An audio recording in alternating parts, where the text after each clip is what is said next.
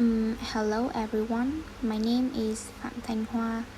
I am an English language major student from Da Nang Architecture University. After having a 2-day trip in Huế, I've been really impressed by a very special tourist destination, and it is the tomb of Tự Đức, also known as Khiêm Lăng. Now I'm gonna talk about this destination. This is one of the 7 appealing mausoleums on the outskirts of Huế Imperial City. It lies in a wonderful pine valley of Tương Xuân Thương village, about 8 kilometers away from Huế City, covering an area of 20 hectares.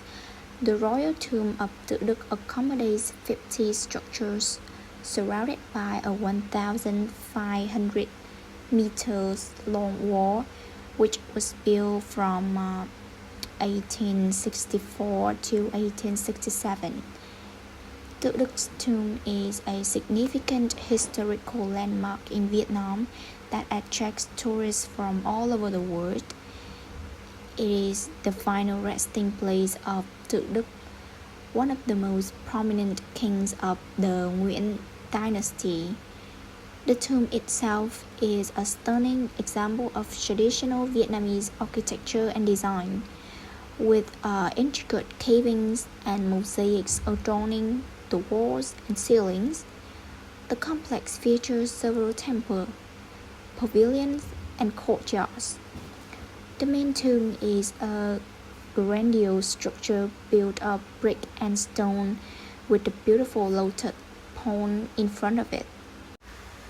So when come to Tự Đức tomb, what do we have to see there? First of all, we have Linh Khiêm Lake. Entering the tomb of Emperor Tự Đức, walk to the north about 400 feet by a path made of fine Bát Tràng ceramic tiles.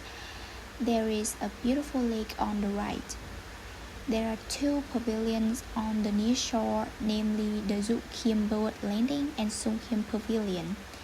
Dụ Khiêm's boat landing was designed for the emperor to disembark after his hunting trip to Tinh Khiêm Island in the middle of Linh Khiêm Lake.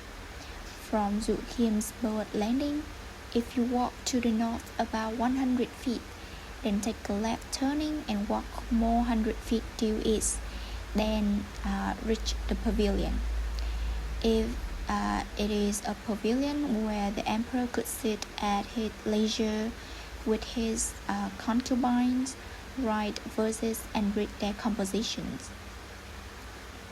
Next place is Hoa Khiêm Palace. After the king's death, the palace was switched to the temple, where the emperor's memory was worshipped, and the Lương Khiêm Temple.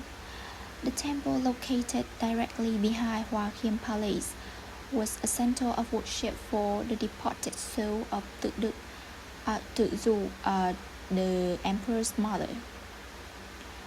And the other place we have here is Minh Khiêm Chamber. It is standing behind and to the right of Hoa Khiêm Palace, which is the second royal theater for the emperor and his retinue to entertain.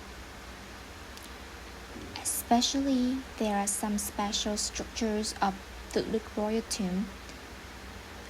There are royal courtyard. If we following the brick path outside the Kim Cung Gate, walk about 500 feet to the northwest till you reach the forecourt in front of the steel pavilion. On the royal courtyard, there are 2 rows of sculptures of horses, elephants, and mandarins, because the emperor's constitutions, so the mandarin statues cannot be taller than him. They are there in the courtyard waiting for the emperor to do business in the afterlife. Steel pavilion at Tự Đức royal tomb. When we're walking in the courtyard in the middle of the honor court, you will reach the first building in the necropolis steel pavilion. This accommodates a 22-ton stone stele the largest one in Vietnam. It inscribed the emperor's biography and his fall to the royal family as well as the country. Last one, we have the emperor's sepulchre. Walking 200 feet to the west, you will reach the final point of the necropolis. The Bhutan brick wall encircles the emperor's sepulchre. The tomb, almost alone among these imperial tomb structures, was designed in a simple and modest style. So finally, I just want to say that you should really get your feet to Hue at least once in your life, and you will get so many interesting and unforgettable experience there. Thank you for listening to me.